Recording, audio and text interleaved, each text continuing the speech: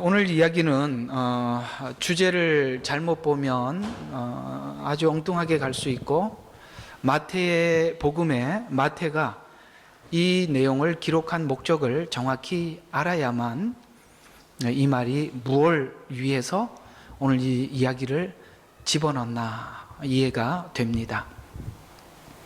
오늘 이야기는 이런 이야기죠. 지금 예수님이 장로들의 유전, 이걸 보고 전통이라고 이야기를 하는데, 이걸 지키지 않는 것을 지적을 했지요. 그런데 지금 어떤 거죠? 먹을 때 손을 씻는 것이 장로들의 전통이었습니다. 그런데 손을 씻지 않았습니다.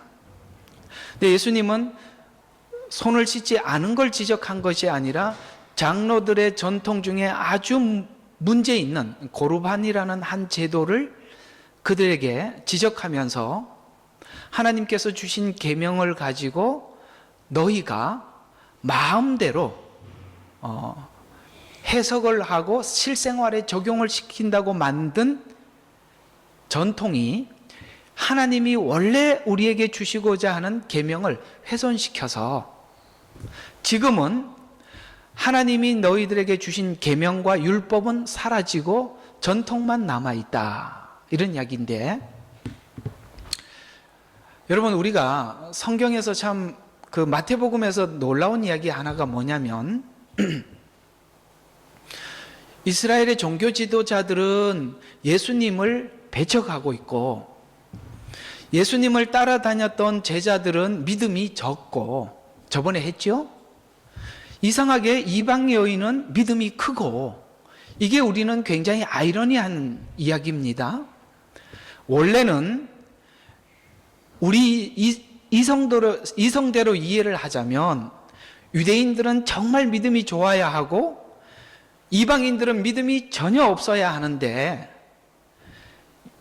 유대 종교 지도자들은 독사의 자식이라고 말씀하시고 계시고, 그렇게 예수님을 따라다녔던 제자들은 믿음이 있어도 적고, 이상하게 이방 여인은 이렇게 믿음이 큰가? 우리는 사실 성경을 보면서 굉장히 혼란스러운 부분이 이 부분입니다. 마땅히 하나님이 선택한 민족이고, 그 다음에 그들이 율법을 지키고 있고 늘 성전에서 하나님 앞에 예배했던 민족이라면 당연히 누구보다 믿음이 좋아야 하는데 이렇게 믿음이 없나? 이 부분을 이 마태복음이 설명하고자 하고 풀어주고 있는 이야기이기 때문에 거기에 오늘 이 이야기가 굉장히 중요한 이해를 시키는 부분으로 삽입되어 있다는 것입니다. 오늘 이 이야기는 이런 이야기들입니다. 자, 율법은 원래 선한 겁니다. 왜 선하냐면 율법 때문에 은혜를 받는 거거든요. 율법이 없다면 내가 죄인이라는 것을 시인하지 못하게 되고, 죄인이라는 걸 시인했기 때문에 은혜를 받는 자리에까지 가게 된 것이기 때문에 사실은 율법은 굉장히 선한 겁니다. 이렇게 선하고 은혜로 인도하는 율법을 유대인들이 가지고 있었지만 은혜라는 자리에까지 올인하지 못했단 말이죠. 그건 왜 그렇게 됐냐면, 이렇게 선한 율법이라 할지라도 그들 마음이 악하기 때문에 선한 율법을 가지고도 어디에다가 사용하게 되냐면 악하게 사용하게 되었는데, 왜 어떤 식으로 악하게 사용했는지 여기 잘 나와 있습니다. 5절 한번 보십시다. 이러기 때문에 은혜의 자리까지 가지 못했는데요, 5절 한번 보세요. 5절에 그러나 너희가 말하기를 나로 인하여 유익을 받게 될 것이 무엇이나 예물이라고 자기 아버지나 어머니에게 말하는 사람은 누구라도 자기 아버지나 어머니를 공경하지 않아도 무방하다. 이렇게 만든 게 율법의 선한 것을 가지고 와서도 자기들이 해석해 만들어 놓은 것이, 율법이 너희들가 부모를 공경하지 않으면 죽여라 라고 말한 이것을 교묘히 피해갔을 뿐만 아니라 율법을 가지고 또 사람들에게 자기를 인정받는 자랑으로 삼은 대표적인 것이 고르반이다 이 말입니다. 그러니까 마음 자체가 악하니까 아무리 선한 것을 설명을 하고 줘도 만들어내는 것이 더럽다 이 말이에요. 그래서 입으로 들어가고 뒤로 나가는 것이 더러운 것이 아니라 입으로 나오는 것이 더러운데 이유는 마음 자체가 더러우니까 아무리 선한 게 들어가도 그 선한 것이 악한 것과 섞여서 더 악하게 나오는데, 여러분 계명 중에서 잘못하면은 죽이라는 계명들이 몇 가지가 있어요. 그 중에 부모를 공경하지 않는 자는 죽이라고 했습니다. 이럴 만큼 율법에서는 어떤 부분은 보상을 조금 해줘도 되지만 그걸 하지 않았을 때 죽음에까지 이르는 율법들이 있는데도, 이 죽음에 이르는 율법이 최고의 형인데도 이 최고의 형인 율법도 교묘하게 피해서 사람들에게 한편으로는 나 이렇게 믿음이 좋고 신앙이 있는 사람입니다라고 자랑도 하면서 부모도 공경하지 않아도 되는, 이렇게 교묘하게 피해가더라 이런 이야기입니다. 여러분 지금 유대인들에 대한 신앙에 관한 이야기를 하고 있지만 오늘 우리 교회 다니는 성도들에게도 이런 부분들은 굉장히 많습니다. 내가 신앙이 있고 믿음이 있다고 사람들에게 자랑도 하면서도 실상은 하나님께 해야 될 어떤 부분들, 의무사항에 대해서는 교묘히 피해가고, 모든 신앙은 자기를 알리고 사람들에게 자랑하고 인정받는 수단으로만 동원되지, 그래서 너희들이 입술로는 하나님을 굉장히 공경하는 것 같으니까 사람들은 하나님을 잘 공경하는 사람이라고 속고 있는데, 하나님은 네 마음은 멀고 너는 네가 하는 모든 말들은, 그렇게 하는 말들은 독사의 독이라 이 말입니다. 이런 마음을 가지고 율법을 가졌으니, 이런 마음을 가지고 신앙생활을 지금까지 했으니 그들은 이 율법의 선한 것을 가지고 하나님이 목적하는 바 은혜 속으로 들어가지 못하고 전부 다 빠져나와서 다른 길로 가버렸다는 겁니다. 그래서 율법을 가지고 성전을 가지고 있었지만 예수님이 오셔서도 누구 하나도 예수님을 받아들이지 못하죠. 그러면 우리는 여기에 굉장히 심각한 한 가지 경고를 가질 수가 있어요. 여러분 교회를 다니고 예수를 믿고 교회를 다니면서 말씀을 배울 때 이것이 여러분들에게 굉장히 놀라운 축복이 될 수도 있지만, 유대인들이 잘못 간 길처럼 우리도 교회를 다니고 말씀을 여러분 유익을 위해서, 여러분 자신을 위해서 쓰게 되면, 여러분 유대인들이 범했던 이 죄, 사실은 유대인들은 훨씬 지금 상태에서 봤을 때 이방인들보다 구원받기가 훨씬 어려운 지경에 이르렀죠. 여러분 교회를 다니지만 교회를 다니고 말씀을 듣고 이러는 것들이, 그것을 절대적인 하나님의 말씀이고 절대적으로 내가 받아야 될 말씀이고 절대적으로 내가 은혜를 받아야 될 말씀이지, 그걸 여러분 속에서, 머릿속에서 재해석해 들어가기 시작하면 오늘 유대인들이 전통을 끊임없이 만들어내서 이렇게 실생활에 내가 이렇게 말씀을 잘 적용하고 있습니다라고 증거해낸 것처럼 그걸 자랑 삼아 원래 하나님이 의도한 자리로 가지 못할 수 있다는 부분에 대해서 오늘 유대인들이 실수를 범한 부분을 우리는 경계해야 된다는 것입니다. 동의하십니까? 이번에 이런 발표를 한번 봤는데요. 기독교인들에게 조사를 해봤답니다. 딱 두 가지만 물었대요. 하나는 성경은 절대적인 하나님의 말씀이라고 믿습니까? 두 번째, 오직 예수님만이 우리의 구원자라고 믿습니까? 라고 조사를 했을 때 성도들에게 40%만 예스라고 나왔습니다. 60%는 노라고 얘기해요. 성경은 절대 무효하지 않다. 아니다, 무효하다고 생각한다. 하나는 예수님만이 구원자라고 믿느냐? 아니다, 다른 구원자도 있을 것이다. 이게 교인들 중에 40%가 나왔대요. 그럼 60%는 그렇습니다 라고 하더라도 교회 40%는 두 가지를 안 믿는다는 건데, 거기다 조금 더 삽입시켜 보면 예수님은 문자 그대로 다시 오신다고 믿습니까? 하면, 재림에 대하면 훨씬 떨어지겠죠. 여러분, 성경의 무오설과 예수님만이 구원자라는 것은 쉽게 양보할 수 있고 믿을 수 있는 부분이에요. 그러나 재림까지 물어보면 아마도 굉장히 많은 분들이 안 믿을걸요. 거기다가 예수님이 정말 부활했다고 믿습니까? 라고 묻는다면 훨씬 수치가 떨어질 겁니다. 10년 전에, 한 20년 전에 교회 목회자들에게 요걸 조사를 했어요. 10%가 나는 믿지 않는다라고 했습니다. 90%는 예스라고 했습니다. 그러면 저는 이런 생각이 드는 거예요. 성도들이 왜 이런 생각을 할까? 아마도 예수를 믿지 않는 목회자들이 전한 열매가 아닌가, 이렇게 생각이 듭니다.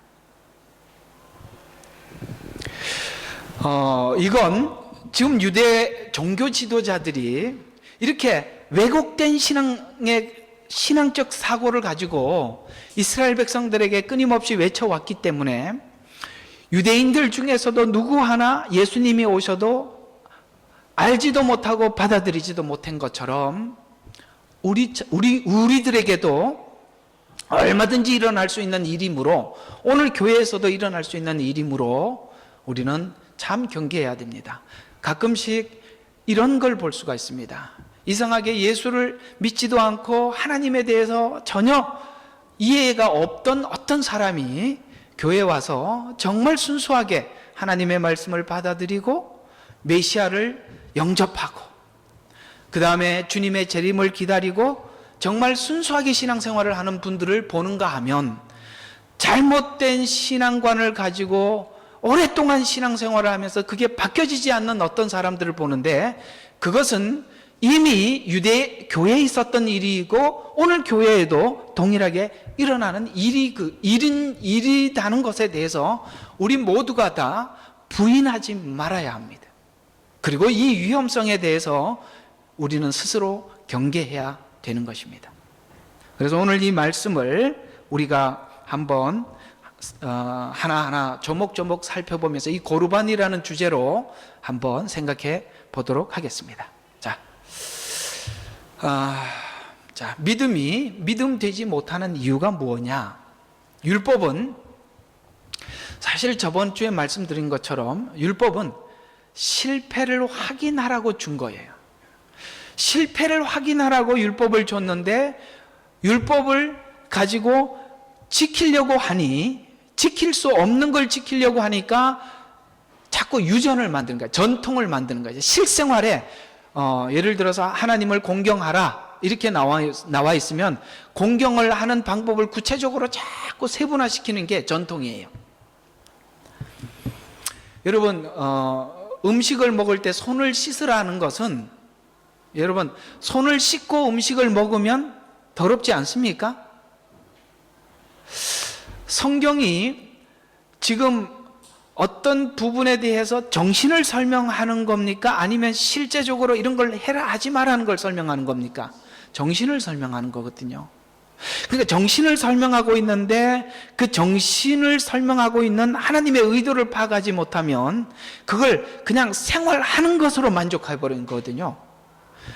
예수를 믿는다는 것은 단순히 하나님이 하지 말라는 건 안 하고 하는 걸 하라는 걸 하는 것을 믿음 생활의 전부라고 보면 안 됩니다. 아시겠습니까? 이 율법을 어떤 식으로 이해하느냐에 따라서 유대교가 갔던 길로 갈 수도 있고 은혜의 길로 갈 수도 있습니다. 두 길은 전혀 다른 방향이거든요. 그래서 율법은 실패를 확인하라고 준 것인데, 종교 지도자들은 율법을 지켜서 더 완전하려고 노력해서 만든 새 규정, 그것이 장로들의 유전을 만들었고, 율법을 실생활에 지키도록 세부 사항을 만들어 유전을 지키는 자신들은 율법에서 완전하다고 굳게 묻고 있기 때문에 뭐가 필요 없다고 생각하느냐면, 하나님의 은혜나 사랑은 필요가 없습니다. 제가 다 하고 있습니다. 이렇게 생각을 하고 있기 때문에 그들은 은혜를 받은 자리에 갈 수가 없는 것이죠. 여러분, 이 부분은 충분히 이들이 잘못 생각하고 있다는 것에 대해서 동의하시지요? 그래서 우리는 은혜의 자리에 갈 수 있는 것인데요. 그래서 동일하게 신앙생활을 율법을 지키는 것, 어떤 규칙을 지키는 것으로 생각한다면 믿음의 여정을 시작할 수조차 없게 되는 것인데, 율법을 지키고 성전을 가진 것이 특권이라고 믿는 바른 믿음을 가진 것이라고 생각하는 종교 지도자들을 향해 죄인이라고 지적하는 하나님의 말을 그들은 수용하지 못한다는 것입니다. 여러분, 율법을 가진 것, 또 하나 성전을 가진 것, 오늘날로 말하면 나는 교회에 열심히 출석하고 있으며 교회에서 어떤 일을 직책을 맡겨도 나는 성실하게 하고 있는 한 나는 하나님 앞에 인정받고 있다, 이렇게 생각하고 있다면 우리는 은혜를 구하는 자의 자리에 결코 가지 못하는 겁니다. 그래서 교회에서 자기 자신은 흠이 없고 문제가 없다라고 생각하고 있는 완벽주의 신앙생활하는 자들이 사실은 이런 유형에 속할 수가 있기 때문에 정말 주의해야 합니다. 우리는 잊지 말아야 할 것은 우리가 당연히 하나님 앞에 신앙생활을 하는 것은 하는 것이고, 우리가 죄인이었고 그 죄인된 우리를 십자가에서 구원한 하나님의 은혜가 우리 신앙생활하는 모든 동기이며 결과이고 전부입니다. 그 외에 어떤 것도 우리는 하나님 앞에 내놓을 것이 없는 존재라는 것을 한시도 잊어서는 안 되는 것입니다. 그래서 유대교가 실패한 내용을 설명하기 위해서 도입한, 오늘 예수님은 이 고르반을 설명하고 있는데, 자 2절에 보면 장로들의 전통 이런 말이 나오는데, 이건 뭐냐면 선대들이 율법을 적용하기 위해 정해놓은 형식이에요. 거기에 대한 예수님의 대답은, 이 장로들의 전통에 대한 예수님의 대답은 장로들의 전통이 종교적 위선으로 자리 잡았다. 그 대표적인 것이 고르반인데, 고르반이 너희들이 정말 악한, 너희 마음이 얼마나 악한지를 설명하고 증거하는 게 고르반이다, 이렇게 예수님은 설명하고 있죠. 고르반이 뭐냐? 이 고르반을 설명을 해야 되겠네요. 그게 뭐냐면 이런 겁니다.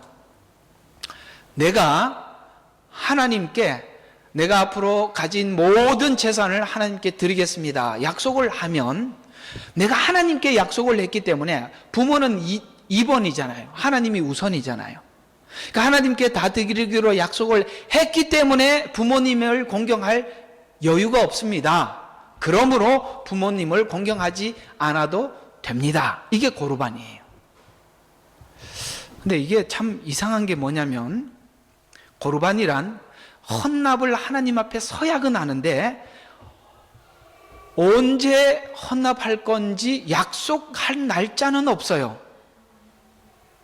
그럼 함정이 여기 있다는 거죠.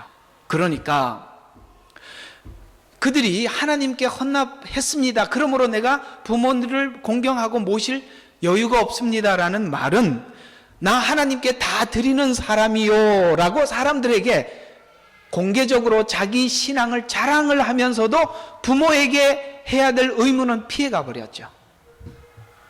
그러니까 율법을 해석해 낸 장로들의 유전이 전부 다 뭐예요? 자기 자랑밖에 하지 않는 거죠. 왜? 무엇에 붙어갖고 율법이라는 거룩한 걸 붙여가지고 나는 이렇게 율법을 잘 지키고 하나님을 잘 섬긴다. 왜냐하면 율법 자체가 거룩하니까 그 거룩한 걸 내세워서 나는 이렇게 선한 사람이고 거룩한 사람이라고 사람들에게 자랑하는 것에 써먹었을 뿐 아무것도 하지 않았다는 거죠. 오늘은 좀 이 이야기를 오늘 우리 교회 생활하는 우리 이야기 속에 좀 적용해서 설명을 할게요.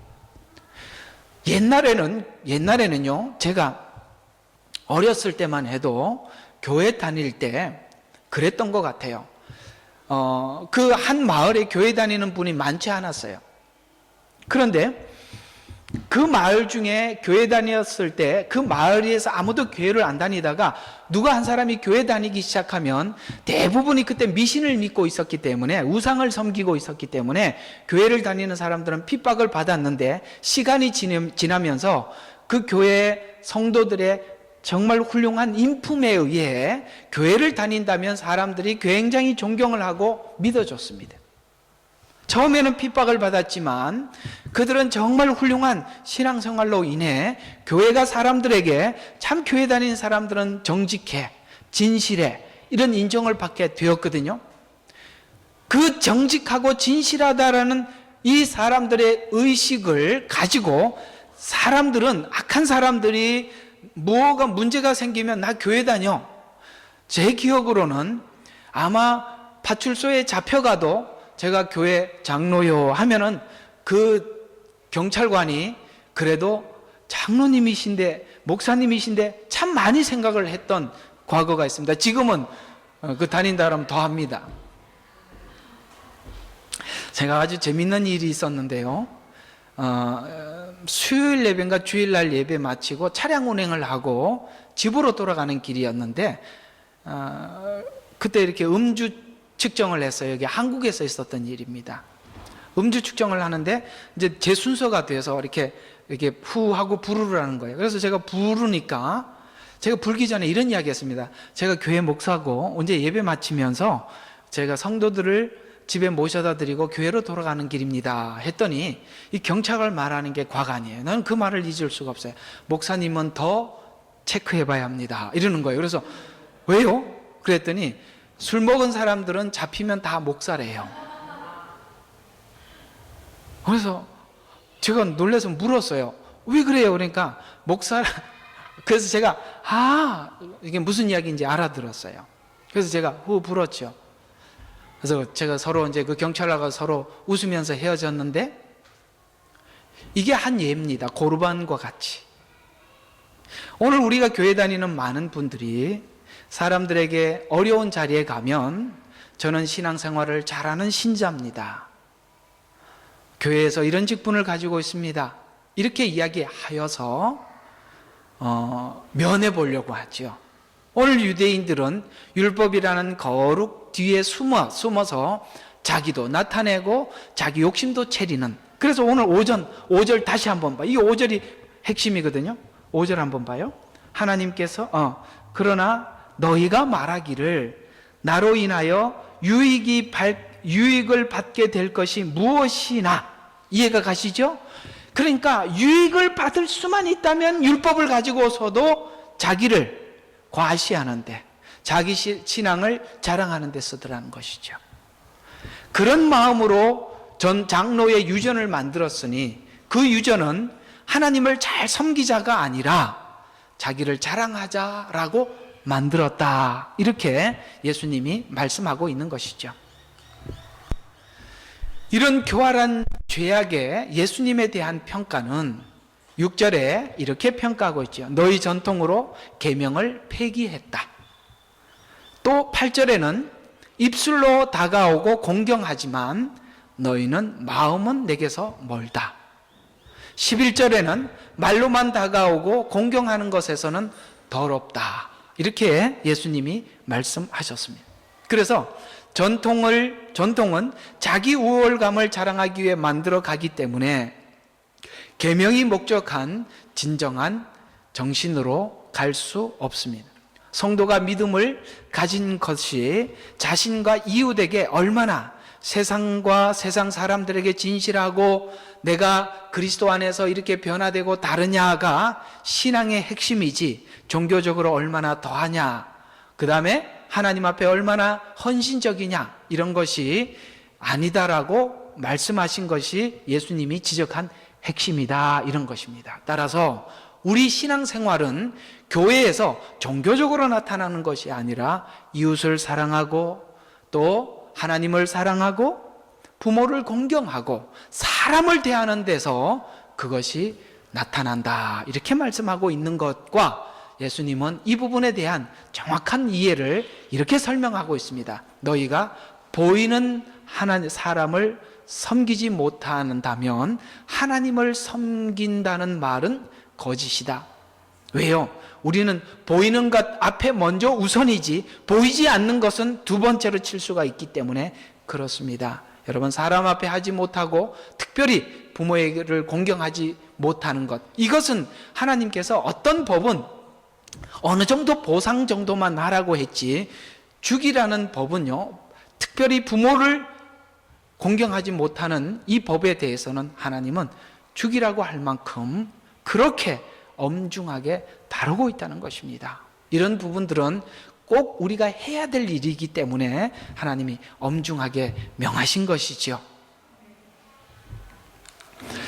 그래서 율법은 율법이 말하는 내용을 지키라는 것이 목적이 아니라 율법이 요구하는 목적지가 있는데, 결국은 하나님은 율법이 어디로 데려다 주느냐? 사랑이라는 자리로 우리에게 안내하고 있지요. 율법이 어떻게 사랑의 목적지에 가도록 하게 하는가? 율법으로는 사랑을 만들지 못한다는, 그 율법으로 사랑을 만들지 못한다는 한계를 인정하라는 거죠. 여러분, 율법은 사랑을 만들지도 못하고 그 다음에 성화를 완성하지도 이루어내지도 못하죠. 그러나 율법은 꼭 필요한 것이 그 다음을 이어가야 하기 때문인데, 그 이어가는 구원이 바로 사랑과 은혜로 얻는 믿음을 이해하기 위해서 이 은혜가 믿음으로 안내하는 역할을 하고 있는데, 그 내용을 잘 설명한 것이 마태복음 22장 36절에서 40절까지 말씀이 이렇게 말씀하고 있습니다. 율법 중에 어느 계명이 크니까? 라고 하니 예수께서 그에게 말씀하시기를, 너는 마음을 다하고 혼을 다하고 생각을 다하여 주 너의 하나님을 사랑하라. 이것이 첫째 계명이요 큰 계명이라. 둘째는 이와 같으니 내 이웃을 내 몸과 내 자신과 같이 사랑하라. 모든 율법과 선지서들이 이 두 계명에 달려 있느니라고 하시더라. 자, 여기서 주목해서 한번 보십시오. 율법이 가장 목적하는 게, 율법의 끝이 뭐라고요? 사랑하라는 거예요. 여러분, 그러면 한번 물어봅시다. 율법으로 하나님을 사랑할 수 있습니까? 아니시요.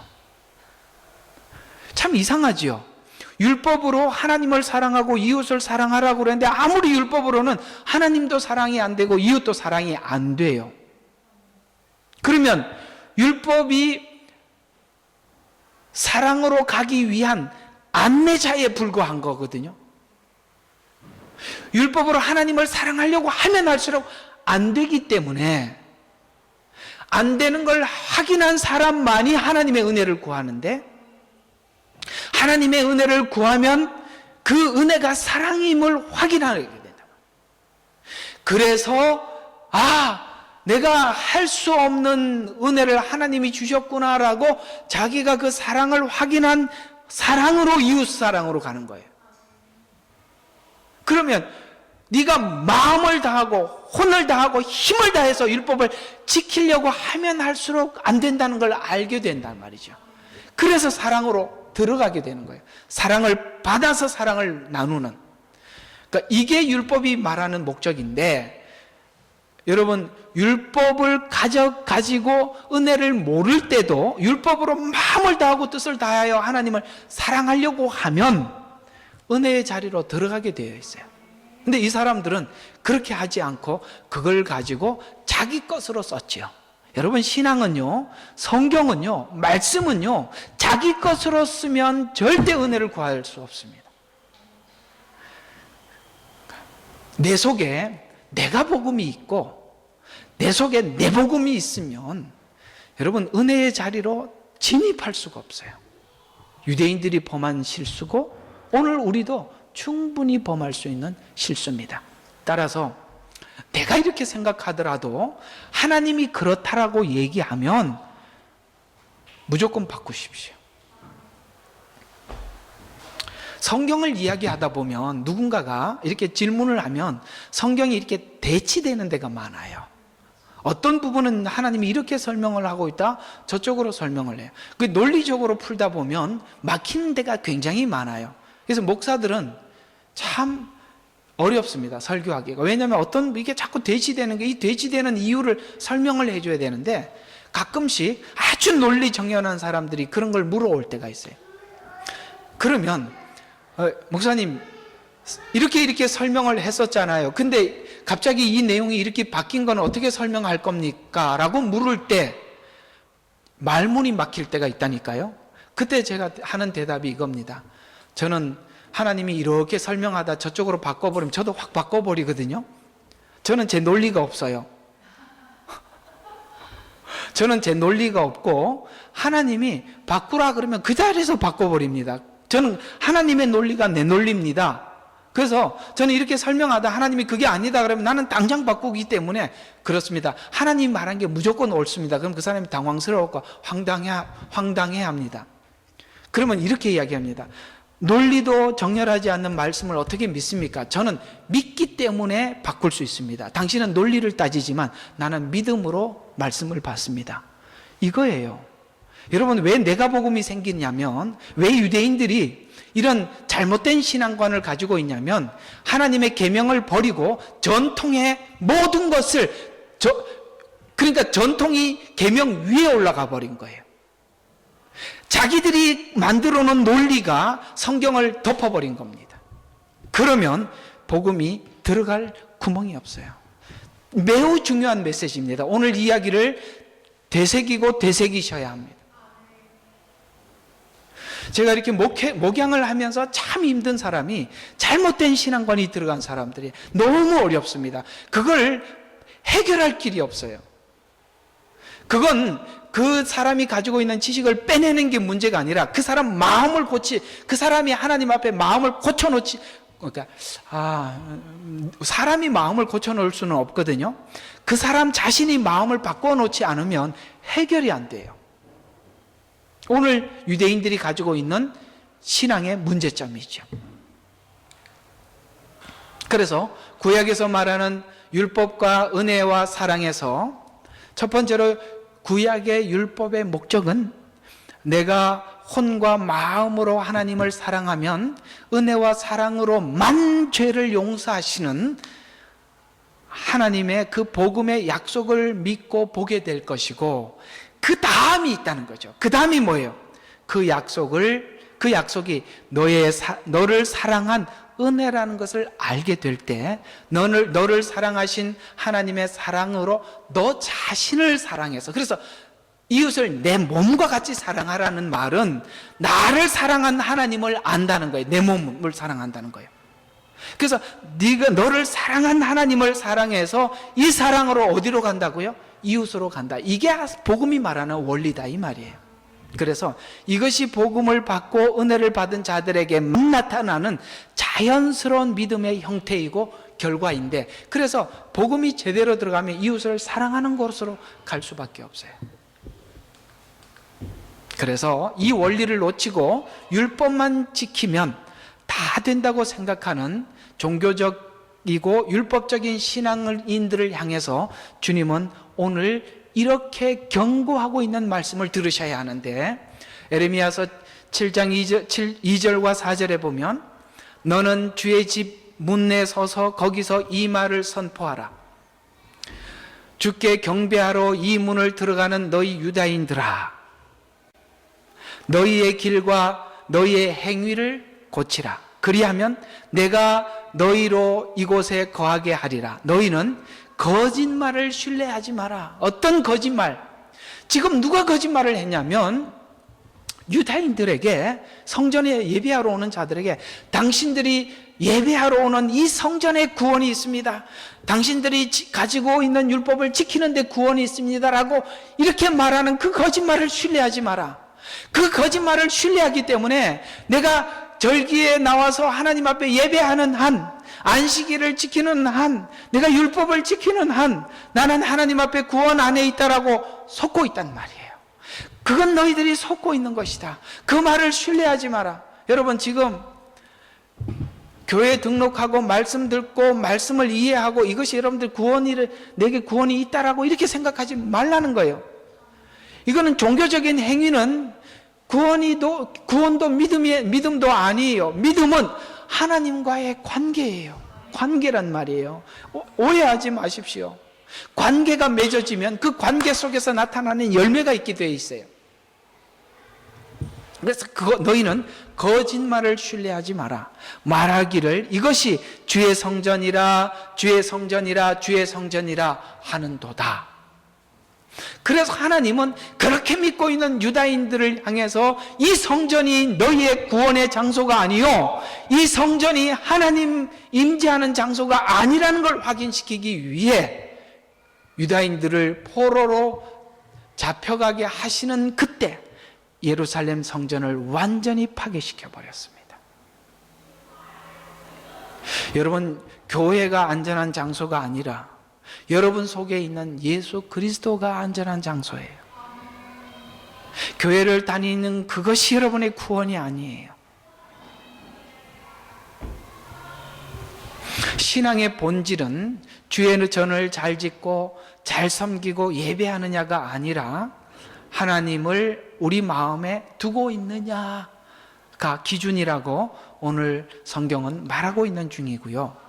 예수님의 이 질문의 핵심은 너희는 율법을 어떻게 이해하는가인데, 예레미야서 7장 21절에 너희 희생제에 너희 번제물을 얹고 고기를 먹으라. 이는 내가 너희 조상들을 이집트 땅에서 인도해 냈던 그 날에는 번제나 희생제에 관하여 그들에게 이르지 아니하였고 명령하지도 아니하였으며 오직 이것들을 그들에게 명령하여 말하기를 내 음성에 복종하라. 그리하면 내가 너희 하나님이 되고 너희는 나의 백성이 되리라. 너희는 내가 너희에게 명령한 모든 길을 행하라. 그리하면 너희가 잘 되리라 하였으나 경청하지 아니하였고 귀를 기울이지도 아니하였고 악한 마음의 계략을 상상대로 행하여 뒤로 가고 앞으로 가지 아니하였습니다. 무슨 말이냐면 주님이 이렇게 말씀했지만 너희들이 마음대로 상상했단 말이에요. 아시겠습니까? 말씀이 그러면 그냥 더 이상 토달지 말라. 그걸 받아가지고 네 마음대로 상상해서 그 상상에서 계략을 꾸며냈다 이 말이에요.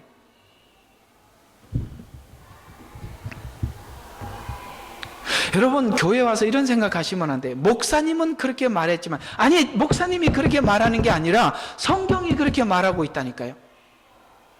왜 사람의 이야기로 듣지요? 그래서 성경이 그렇게 말을 했잖아요. 오늘 유다인들이 범한 죄가 얼마나 큰지 얘기해요. 다시 한번 읽어볼까요? 너희는 귀를 기울이지 아니하고 악한 마음의 계략으로 상상대로 행하여 뒤로 가고 앞으로 가지 아니하였습니다. 아시겠습니까? 이게 상상대로 만들어낸 게 장로의 유전이라 이 말이에요. 그래서 전진해야 되는데 도리어 뒤로 후진해버렸어요. 지금 하나님이 앞에 말했던 번제물과 희생제물에 대해서 내 목소리를 들으라고 했는데 이게 무슨 뜻이냐면 제사를 드리라, 이것이 핵심이 아니에요. 하나님 전에 나와서 제사를 드리라, 이게 핵심이 아니에요. 우리는 그렇게 알아듣는다 이 말이에요. 그러니까 제사만 드리고 있어요. 그러나 잘 들어보십시오. 희생제나 번제를 레위기 설명할 때 여러분들이 해드렸죠. 희생제와 그 다음에 번제들, 이런 제사는 하나님 앞에 예배하는 예배 형식이 아니라 그 형식 속에 뭘 담고 있죠? 이렇게 살아가라는 삶을 담고 있다고 제가 레위기 설명하면서 많이 말씀을 드렸잖아요. 번제가 뭐예요? 목을 따다. 뭐예요?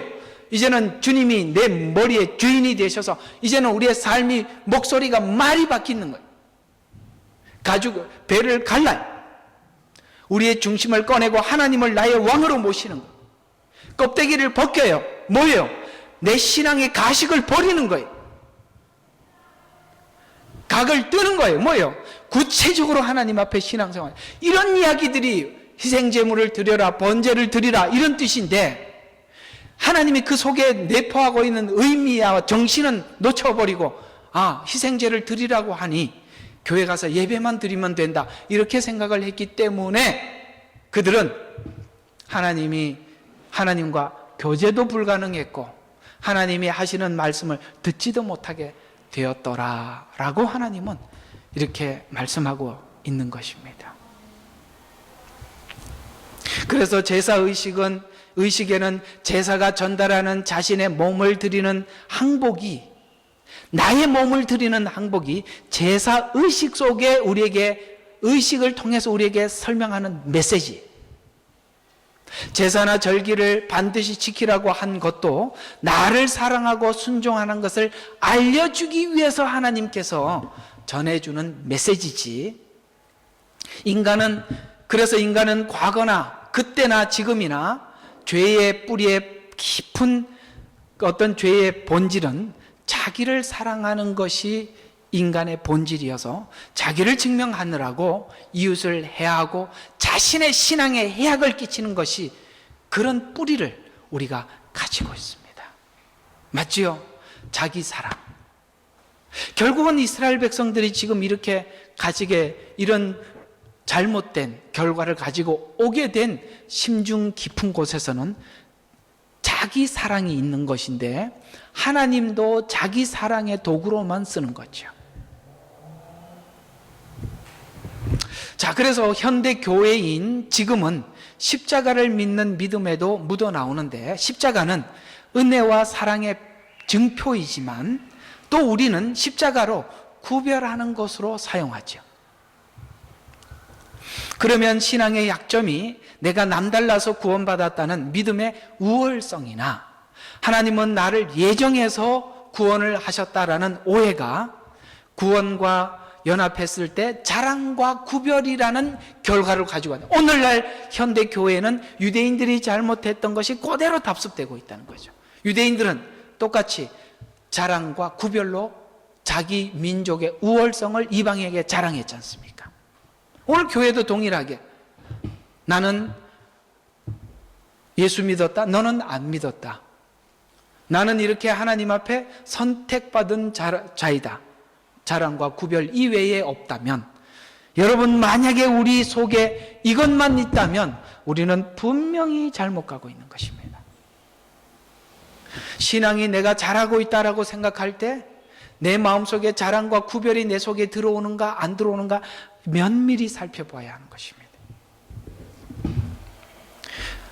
구원과 연합했을 때 자랑과 구별이 그러면 믿는 자 안에서도 우리 교회 안에서도 연합이 불가능해요. 자랑과 구별은 비교의식 속에서 나오는 것입니다. 비교의식이 교회 안에 들어오면 절대로 교회 안에 연합이 불가능합니다. 우리 초창기 교회가 한국 교회에 들어왔을 때 왕의 사촌과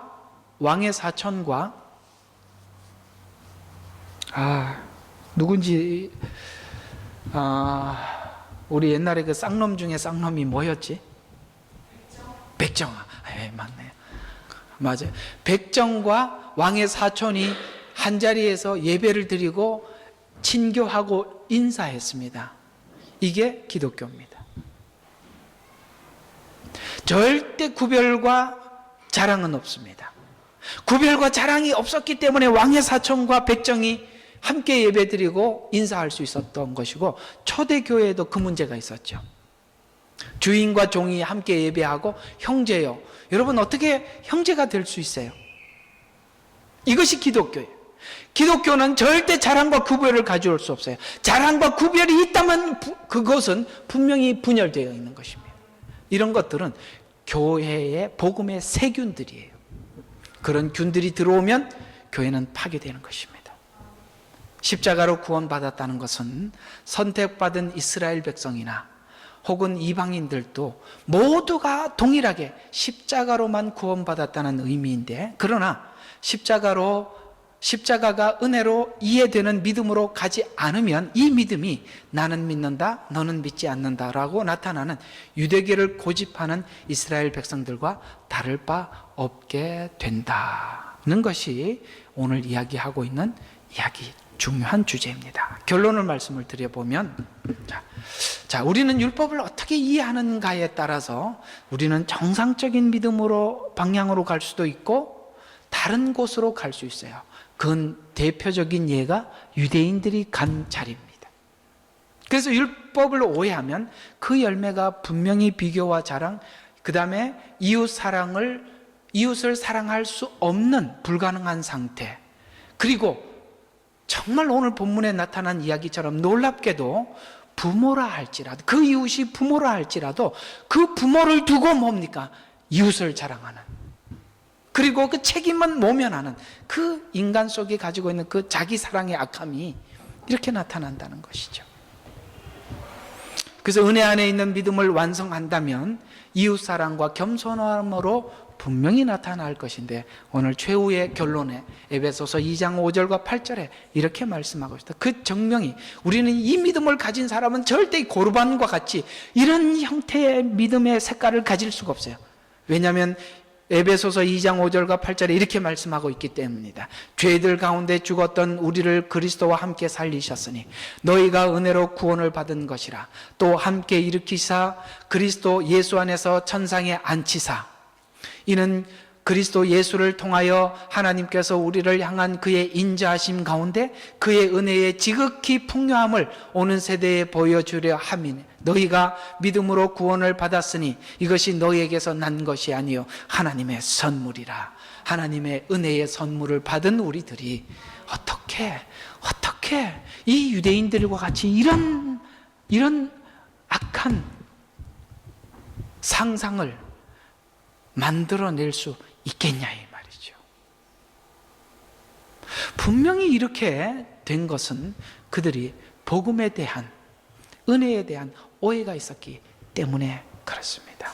사랑하는 여러분, 오늘은 제가 서두에 말씀드린 것처럼 이상하게도 이방 여인은 주님이 이렇게 큰 믿음을 보지 못했다라고 이야기를 하고 있고, 정작 가장 믿음이 좋아야 할 유대인들이나 유대 종교 지도자들은 예수님을 절대 받아들이지 못하고 있고, 예수님과 함께 따라다녔던 제자들조차도 믿음은 있기는 있는데 이렇게 적을까? 여러분, 이건 굉장히 심사숙고하게 생각해야 될 부분 중에 하나가 뭐냐면, 여러분 교회를 다니면서 예수를 믿으시면서 정말 마음을 비고 예수님을 여러분의 어떤 도구나 이용 대상으로 쓰지 마십시오. 그리고 하나님의 말씀이 들어오면 상상해서 뭔가 다른 걸 만들어내지 마십시오. 그냥 있는 그대로 받으십시오. 아까 제가 여러분들에게 간단하게 증명한 것처럼 누군가가 내게 물어서 이렇게 성경 말씀이 앞뒤가 맞지 않고 오류가 많지 않습니까? 라면 나는 그들에게 이렇게 말할 겁니다. 나는 오류가 있는 그대로 믿겠습니다. 이게 진짜예요. 왜 그걸 자꾸 내가 내 지혜로 지식으로 만들어내려고 하죠? 그러면 성경이 내 손에 잡혔다가 딴 길로 빠져버리는 거예요. 그냥 성경이 뭐라고 말씀하면 더 이상 토달지 말고 이유 달지 말고 믿으세요. 그래야 여러분에게 말씀도 하나님도 유익되십니다. 기도하겠습니다. 하나님, 고맙고 감사합니다. 오늘도 귀한 말씀 주셔서 감사합니다. 말씀이 말씀되게 해주시고 말씀이 더 이상 우리 속에서 상상되지 않게 해주시고 말씀을 그대로 믿는 믿음으로 우리가 은혜로 구원을 받았고 우리가 그리스도 예수 안에서 생명을 얻었다, 하나님의 선물로 구원을 받았다는 이 은혜 한시도 잊지 말게 하옵소서. 예수 그리스도 이름으로 기도드렸습니다. 아멘.